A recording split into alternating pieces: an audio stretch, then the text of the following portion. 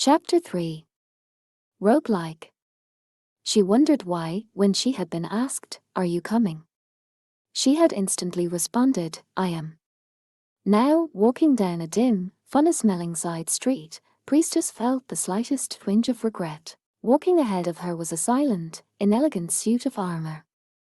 Although he was kind enough to match her stride, Priestess still somehow found herself jogging to keep up.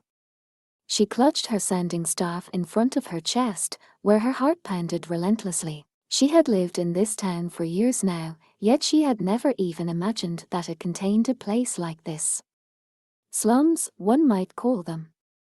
Although the frontier town was a sort of pioneer outpost, it used the infrastructure of a town that had already been there. Now Priestess goggled at the profusion of dilapidated buildings around her. She had never in her life ventured into the disorderly sprawl that spread out from the edge of town. She was, of course, a cleric of the Earth Mother. She felt no repulsion for those who sat on the ground, staring vacantly, or mumbled to themselves, hugging their rags around them. True, she sometimes felt uncomfortable around them, she would have to admit, but if one of them had asked her for help, she would have helped. Then, too, she had shed some of the knife that might once have compelled her to reach out to every last unfortunate person they passed. But still, I can't help wondering if I should really have come with him. She picked up her pace again to catch up with that armored back, which had gotten ahead of her while she was thinking. "Want me to come with you?" High Elf Archer had asked back at the Adventurers Guild. "I'm going to find help," he had said. "You all should stay and guard the temple." They still didn't know what their enemies, if there were enemies, wanted or how they would act. They had to be prepared. "I see," she realized, reflecting on the recent adventure. It was always possible that those dead creatures or goblins or whatever they were might target the temple of the Earth Mother. That was why Goblin Slayer was taking the time and effort to respond to this situation. That by itself set her heart pounding. On reflection, she thought maybe that was the reason. The reason when he had said, "Are you coming?"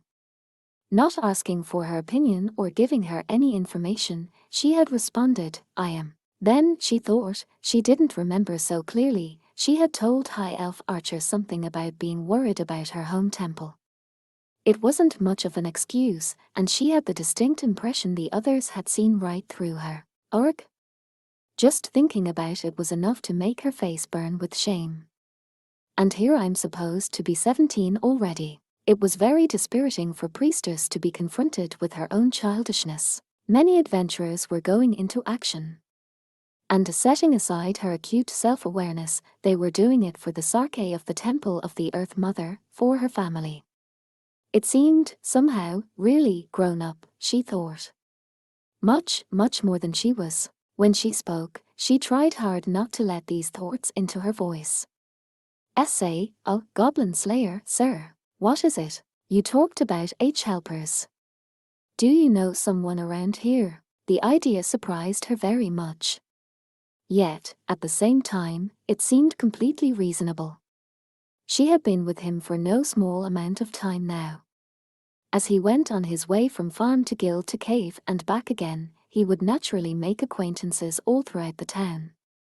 Despite how he looked, she had often seen him conversing easily with people he didn't know. He was a veteran now. It was really only natural that he should know people everywhere. It's been 3 years, and yet she hadn't yet discovered everything about him. The thought made Priestess a bit sad, yet at the same time, happy. Like a book she was thrilled to read and which still had many pages left. "Someone I know, yes.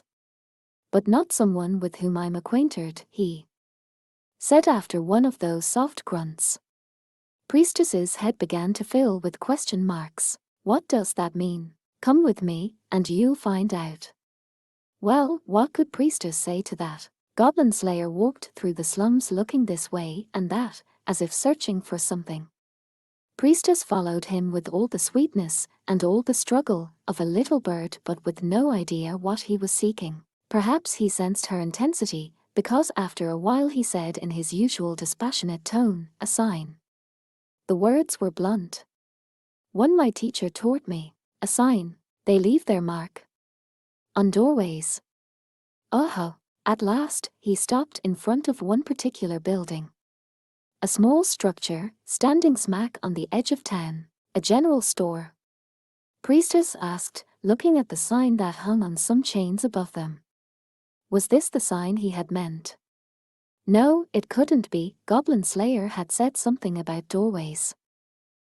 She said, putting her finger to her lips as she let her eyes wander the scene. Looking for anything that might fit the description, she noticed a tiny scratch on one corner of the door. It almost looked as if it had been inscribed with chalk, but it didn't strike her as anything unique or special. We're going in. Oh, all right. While Priestess stood there trying to figure it all out, he pushed open the door and entered. She followed him in a rush. It's dark and cramped. Those were her first impressions. A rusty lamp burned although it was daytime, roasting the little bugs that flocked to it. The greasy orange light it produced made the shadows of the room seem to dance. Priestess blinked, feeling a wave of something like dizziness. There were ceiling-high shelves on all four sides, lined with an assortment of items boasting a patina of dust. It was obvious at a glance that stock wasn't moving, that times were hard. This was a general store that was on its last legs. You Goblin Slayer, sir? Priestess whispered. And what might I be looking for, my dear customer? Priestess froze with a surprised eep. A diminutive, sleepy-eyed man was sitting in a corner of the shop, almost buried by his stock. When had he arrived, or had he been there all along? Priestess didn't even know that. Maybe he was a rear or a dwarf. No, she couldn't rule out the possibility that he might be a human. Priestess could tell that he was a man, but his age and race were completely opaque to her. Maybe it was the way that his kerchief, a faded grey thing that looked like a fox, hid his face. A brass lantern, Goblin Slayer responded, sounding like he was reciting by rote. And oil. You must be an adventurer, good sir. Huh. Priestess's eyes widened slightly. She thought she detected a slight change in the shopkeeper's annoyed tone. Maybe that was her accumulated experience talking, or maybe, might I ask what YVE got in mind to do next? And two searching eyes peered out at them from just under the kerchief. The gaze was piercing. Without really meaning to, Priestess held her staff in front of her as if trying to hide behind it. Goblin Slayer merely nodded. I'm going to slay the serpent. And may I have good luck doing it. Then the shopkeeper moved, swaying gently, almost sliding along. Priestess made another sound of surprise. Was that magic? The wall behind the shopkeeper had disappeared. The yawning space revealed a heavy, glittering door that seemed completely out of place in the claustrophobic shop. Hey, the shopkeeper said when he saw Priestess's expression. She thought it made him sound like a rear. But that passing impression was quickly wiped away. Welcome, young lady and Sir Slayer of Goblins, to the Guild of Rogues. Ain't like we're putting up recruitment posters for the scum of the earth, but it just sounds more proper when you call yourselves a guild. Far as it goes, we're no different from your adventurers' guild that way. The shopkeeper snickered quietly as he led the two of them down the narrow passageway. Did this entire space really exist behind that tiny shop? Priestess was at a loss. There was something else that left her flummoxed, too, this shopkeeper. She could easily take him for a rear, but also for an elf, a dwarf, or a human. Sometimes she thought there might be beast ears under that grey kerchief, or that she caught a glimpse of a lizardman's scales beneath his shirt. It must be the magic, Priestess thought yet again. But she sensed it wasn't something she should ask about. Some things in this world were better left obscure. And she had so many other questions, just like the Adventurers Guild. With quests and everything. She asked hesitantly. She had been speaking to Goblin Slayer beside her, but it was the shopkeeper who answered. Well, Johnsons talk to fixers who find runners for them, they have that much in common. The way the shopkeeper slid forward, the only footsteps that echoed in the hall were hers and Goblin Slayer's. And for that matter, despite his bold stride, Goblin Slayer's steps were remarkably soft. Priestess found herself cringing with embarrassment with every clack of her boots and jangle of her sanding staff.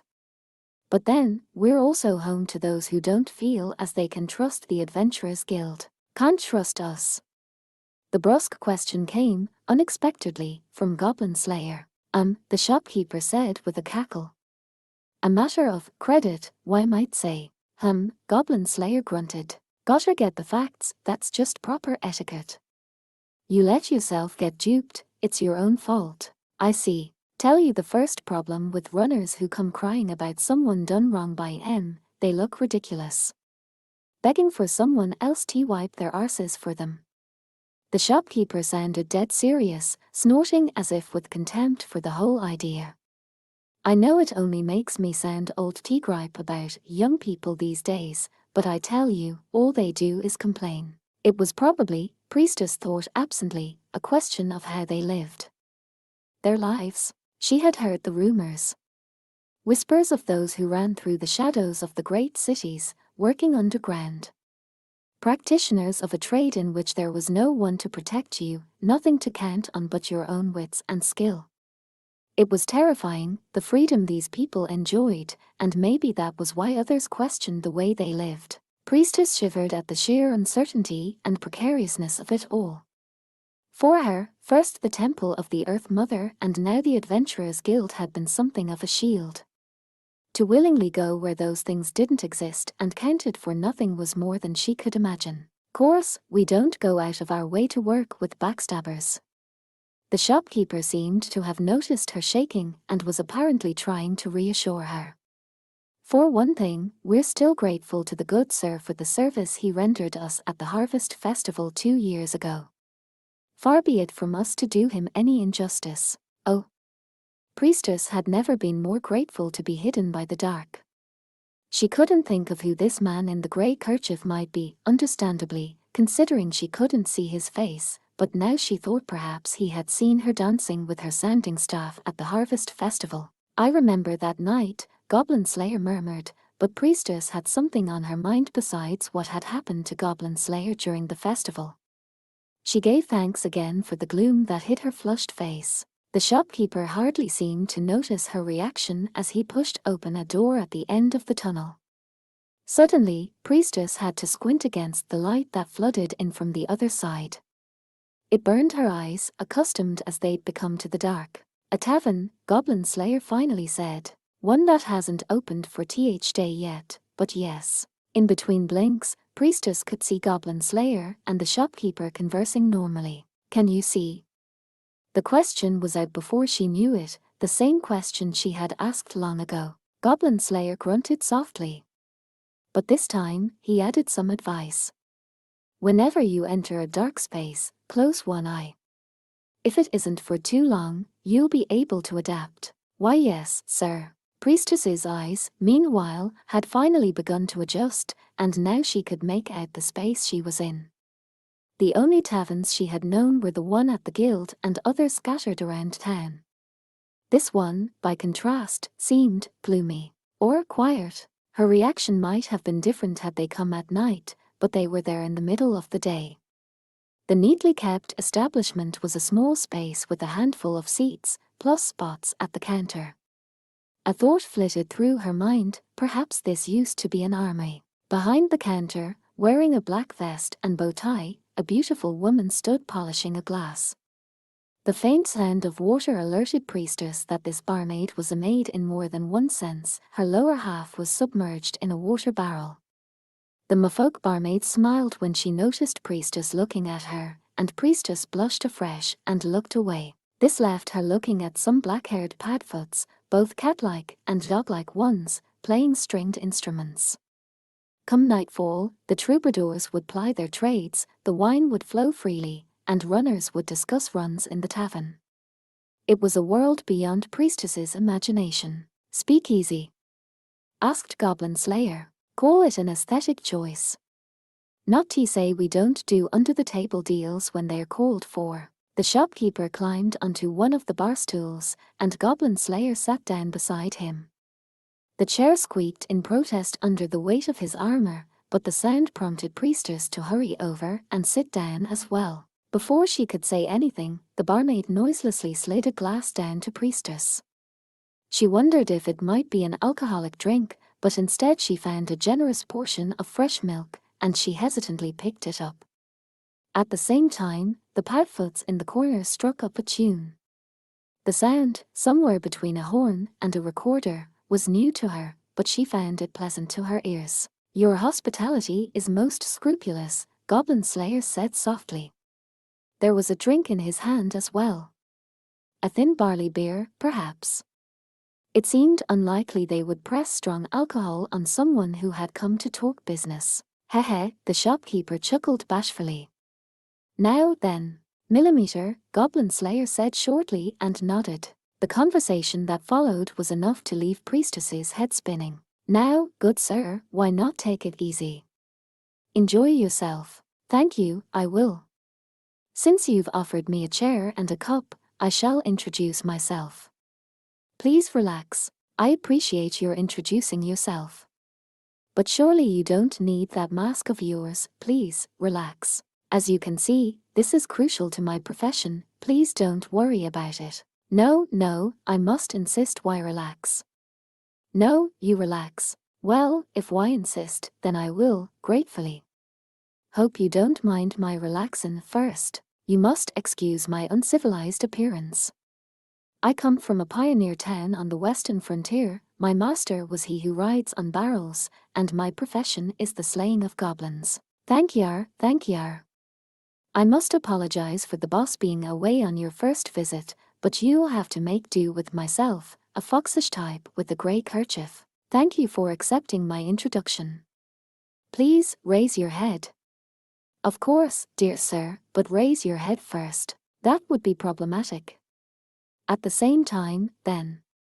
"That is acceptable. The request is humbly made, then." The exchange, an almost ritualistic introduction of themselves and their backgrounds, was over in the space of a long breath. Priestess could only catch snatches of it, and those sounded to her like incantations or spells. As the two of them finished speaking, they raised their bowed heads at almost the same instant, each letting out a breath. She hardly understood one thing that had just happened, but it seemed to be something the two of them needed. The grey-kerchiefed shopkeeper grinned, baring his teeth, and said lightly, "Well, my good sir. What is it you wish?" "Information." Goblin Slayer's reply could not have been more brusque. "A wine merchant, the watered town. I want to know what he's been doing lately." "What?" Priestess nearly dropped the glass from which she had been about to take a delicate sip. This person he mentioned, he wasn't totally irrelevant to what was happening, but still. Priestess blinked, grunted softly almost the way he did, but then tilted her head when she received no response. "What's his connection to you?" "I don't know," Goblin Slayer replied, another brusque answer. "That's why I'm investigating. Or having him investigated. And then I'll make my move." "Aha," the shopkeeper said, stroking his chin in what might have been admiration. "I see now." And then he circled one of his short, fat fingers in the air like a spider weaving thread. "And how much for this information? How much do you want?" Priestess let out a breath. "Huh, I should have known he wouldn't bother negotiating." That was when the eyes below the kerchief squinted. The voice got low, like a dagger held in the hand. "Why mean't he slap our face with money?" "That's right," Goblin Slayer replied, as though nothing were unusual. "This is an important request. If it's too much for you, fine. You're suggesting we can't handle it. Can you?" A pair of appraising eyes stared from under the grey kerchief into the cheap-looking metal helmet. Priestess discovered she had been clinging tighter and tighter to her sounding staff without realizing it, out of a subconscious recognition that something, she didn't know what, was about to happen. It wasn't caution, of course, that caused her to clutch her staff, or the desire to be able to react instantly. It was simple fear. This was not the kind of adventure she was used to, the kind that took place out in the field. This was urban adventuring, city adventuring. A situation she knew absolutely nothing about, she realized belatedly. She'd thought she had learned a thing or two in the past 2 years, and now this. The air was tense, and Priestess realized she could no longer hear the strains of music from the corner. She swallowed heavily, feeling like the sound must be audible all over the bar. She could hardly take a breath. She had no idea how much time had passed, probably less than she thought, when the shopkeeper held up 3 fingers.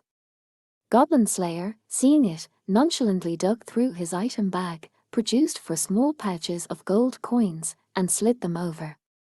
They jingled as they ran along the countertop. At length, the shopkeeper let out a breath. "You're not much of a negotiator, good sir. There's a fine line between being generous and being a mark. You and I are neither friends nor companions," Goblin Slayer said softly, a breath rasping out from beneath his helmet. "But I'm asking you to do that which I cannot. It's only fair that you have your price for it." The shopkeeper in his grey kerchief studied the cheap-looking helmet with a mixture of seriousness and exasperation. Finally he said, "All these years and not a peep from Yar, I thought you'd washed your hands of us. Then finally why show up, and this is what why do? I swear, only our dear burglar could produce a student like you." Was that annoyance or admiration Priestess detected in the whisper? She wasn't sure. Then again, the words and the way he said them sounded much like the way she herself often spoke of Goblin Slayer. The shopkeeper slowly shook his head from side to side, grabbed the little pouches, and stuffed them in a bag. Then his gaze turned to her. "Best pay close attention, young lady. He may not look like much, but he's an adventurer of silver rank. Gonna be a right help to you very soon, he is." For the first time since she had arrived, Priestess's expression softened, and she giggled. "Yes," she said, she knew that. "Good, good," the man in the grey kerchief replied, patting his chest, which now bulged with coins. "A request from this master here, we'll try our best to accommodate." Goblin Slayer also did something for the first time since they had arrived. He shifted uncomfortably. "Don't call me master." From the sound of his voice alone, Priestess knew. He was embarrassed. Phew. Outside, the sky was as clear and blue as when you wake up from a dream or burst through the surface of the water. Priestess found herself making a sound of relief and taking grateful gulps of air. It had been so suffocating inside, almost literally, not just the space but the conversation. She knew fervently that such a place was not her territory. It wasn't repulsion she felt, but alienation. It was not a place she belonged, a truth she comprehended completely, even if not rationally. What? What was that place? She looked back and saw nothing but a cozy general store. That was all. But it would never look the same to her again. A gathering place for runners. Underground adventurers. Goblin Slayer's words were disinterested, mercilessly brief. He did not look back but only went ahead at his bold stride, leaving Priestess to rush to catch up with him. "Underground," she gasped. "You mean they haven't registered with the guild?" Yes. Priestess really didn't understand any of this. That meant they went without the proof of identity offered by the Adventurers Guild, without the guarantees about quests, with nothing. Nothing except themselves, a precarious position indeed. That's why they use those signs and rituals, to verify who you are and to protect themselves. He still sounded dispassionate, but he seemed to have read her mind. To live in complete freedom, unattached to anything, was also to be completely unprotected from anything. The right to simply drift along meant the obligation to accept that you might die in the wilderness with no one to find you. Perhaps that was what made one a no-goodnik, a rogue. All it means is that places like this do exist, and some people do live this way. Goblin Slayer stopped in front of Priestess, who had gone tense as if from fear. His words were as dispassionate as ever, and yet, it isn't a place he comes willingly. That, Priestess thought, was what he was really saying. "Goblin slaying," he said, and then he fell silent for a moment. Goblin slaying alone is not adventure. Yes, sir, was all Priestess could manage. She thought she understood, distantly, why he had never come to this place until now. They walked a little farther, until Priestess finally and truly felt she had gotten some distance from the general store, and then she stole a glance backward. She took a breath as she looked at the building looming in the distance. Do you think those are good people there? Or bad people? They take money. Sometimes they do good things for it, sometimes bad. That's how it is. Priestess found that, still, this way of life seemed incomprehensibly foreign to her. I see. She wasn't sure if the small whisper reached him where his back was turned to her. He had started walking again, stride, and she jogged to catch up. So next, we gather evidence. That's what the man said, and that's what we're going to do. Evidence, yes, Goblin Slayer said, but then he let out a breath. It almost sounded like he had laughed, ever so quietly. It's only something I learned from my master. I never had anything to do with them. Yes, sir. Priestess nodded. She felt as if the weight on her heart had lifted a little.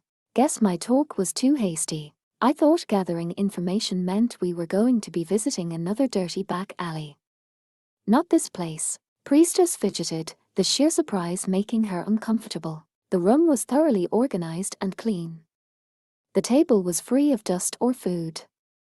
Priestess was seated squarely on one of the chairs. They had left the frontier town and traveled down the road a ways, between the stone wall and the fence, through the pastures full of grass. To the farm where Goblin Slayer lived. Is that so? It is. Goblin Slayer, seated beside her, was conversing with a middle-aged man across from him, the owner of the farm. Of course, it wasn't that Priestess had never met this person. She had spoken to him before and had even had reason to visit this farm. That first spring battle after she became an adventurer, even now it remained vividly in her memory. So this man was not a complete stranger, but she had never sat down with him for a conversation like this. Urgh! Her gaze shifted uneasily, eventually meeting that of Cowgirl, who was also at the table. Cowgirl had been surprised to see him come back in the middle of the day and had been even more surprised to see Priestess with him. The third surprise was when he'd said he had something to discuss with the owner. She had gone to the main house, indicating that she would make tea. And so she had, and she poured it into a teacup, which now sat before Priestess. She brought the steaming cup to her lips and let out a breath. It was strange, it tasted somehow like the tea guild girl offered them at the guild. Maybe she uses the same leaves. It was just a passing thought for Priestess, but as it crossed her mind, she noticed Cowgirl chuckling. He's seriously hopeless, isn't he? She seemed to be saying, and that made Priestess feel even more relaxed, and she began to smile. So his suggestion was that you get rid of the pastureland and turn it into fields. In so many words, yes. Tear up that old fence and that stone wall, he said. Build something new, he said. The owner looked like he was about to explode. He didn't appear to wonder why Goblin Slayer was asking about this. Perhaps it just seemed normal to him. Or did it? Priestess didn't know. The price he offered wasn't bad. And I'm not a young man anymore. If I don't hire some help, I don't see how this farm can go on forever. So eventually I'll have to change things, was what he seemed to be saying. He frowned. But I am an old man. Set in my ways. To do something completely new now, I don't have the heart for it. I see, Goblin Slayer said obligingly and glanced out the window. Or, more precisely, Priestess thought he did. She could never tell exactly where he was looking thanks to his helmet. She followed his gaze, or assumed she did, which took in the spreading pasture, the cows contentedly munching on the grass. It was by no means a large farm, but it was a well-kept piece of land, a place to be proud of, she thought. Goblin Slayer seemed to feel the same, for when he spoke again, he still sounded thoughtful and polite. And it would take a good deal of help to convert this land to fields anyway. I admit, some of it's that I personally don't like the idea. The merchant said he would find people to do all the work. The owner could just take the money, take the help, obediently turned his pastures to fields, and live out his life. Yes, yes, that could be a very easy existence indeed. He would have so many hired hands, he wouldn't even have to work himself. He could simply sit and enjoy his dotage. But I tell you, he said, I may not look like much, but I'm a yeoman, a freeholder. A touch of self-admonition entered his voice. It was he who had protected this land, he who had cultivated this land, it was his land. Whether he hired helpers or turned the whole place to crop fields, it was he who would make the decisions for his land. Under his helmet, Goblin Slayer took a breath in, then let it out. I believe you. It was just those 3 words, but his answer seemed to satisfy the owner, who nodded slowly. Then, his face still stern, he said, the old dog even said he had a marriage proposal for you. What? Someone said, accompanied by the clattering of a teacup, was it priestess or cowgirl? Cowgirl, at the very least, stood up from her chair. Her eyes were open wide, and her voice prickled with what might have been bewilderment, or confusion, or even simple pique. What the hell? I didn't hear anything about that. Because I turned him down, her uncle said flatly. He picked up his cup of dark tea and took a sip. We aren't nobility, here. We don't think about each other in terms of what would be best for business. Maybe that wasn't what Cowgirl had wanted to hear. Still red in the face, she swung her arms aimlessly, making a sort of moaning sound. Priestess, now very uncomfortable, kept her eyes down but managed to sneak a glance at him. She couldn't see his expression. What was he thinking? How did he feel about this? Goblin Slayer grunted softly, then fell into a sullen silence. She hadn't seen him pick up the cup in front of him, but she noticed that it was empty. Goblin Slayer, sir. Yes, it was the shortest of answers. Dispassionate, calm, the way he sounded when he was focusing his attention on something. There was a clatter as he pushed back his chair and got up with a nonchalant motion. I'm going to go gather my thoughts, he said to Cowgirl. May I leave her with you? Huh? Oh. Cowgirl was caught off guard, but she nodded. Yeah, I don't mind. Pardon. Goblin Slayer dipped his head. Priestess wanted to say something, but she couldn't form the words, and in the end, she stayed silent. As for him, he swept the room with another motion of his helmet, then turned once more to the owner of the farm. Thank you. You've been a help to me. That's so. His tone was ambiguous, admitting no exact emotion as he set his cup on the table. Be glad if it were. Yes, sir. This has been informative. Very. And with that, Goblin Slayer strode boldly out of the room without so much as a backward glance. He opened the door of the main house, then shut it noisily. Har har. Priestess and Cowgirl looked at the door, then at each other, and then they both shrugged, sharing a tired expression. Their target is the farm, Goblin Slayer concluded, but then he quickly shook his head. And most likely, it's just a means to an end. The wind rustled through the grass at his feet, then blew past the stone wall and down the road. Goblin Slayer turned his head, watching it go, then looked up at the sky. He could see birds flying through the brilliant blue, high above. He squinted against the light that came in through his visor. Everything seemed to swirl around him, to pull him in and draw him after it. He had never found his current situation disagreeable. How could he? It was just, fighting goblins in the confines of a cave was simpler. He found himself having the thought more frequently. Maybe, in the end, he really wasn't cut out for this. He sniffed at that superficial idea. Everything was a matter of do or do not do, can or cannot had no part in this. That was all. He fought to retain his typical vigilance as he started out toward the pasture and a nonchalant stride. As he walked along, lost in thought, the cows wandered over to the familiar armored figure. Giving them each a pat on the nose, he found a decent spot and sat down. Just mulling the whole problem over wasn't getting anywhere, so it was time to organize what he knew. Goblin Slayer picked up a convenient stick and began scratching in the dirt. They were after the farm. Why was that? He drew a line, then a circle at the end of it, and then added a smaller circle beside that one.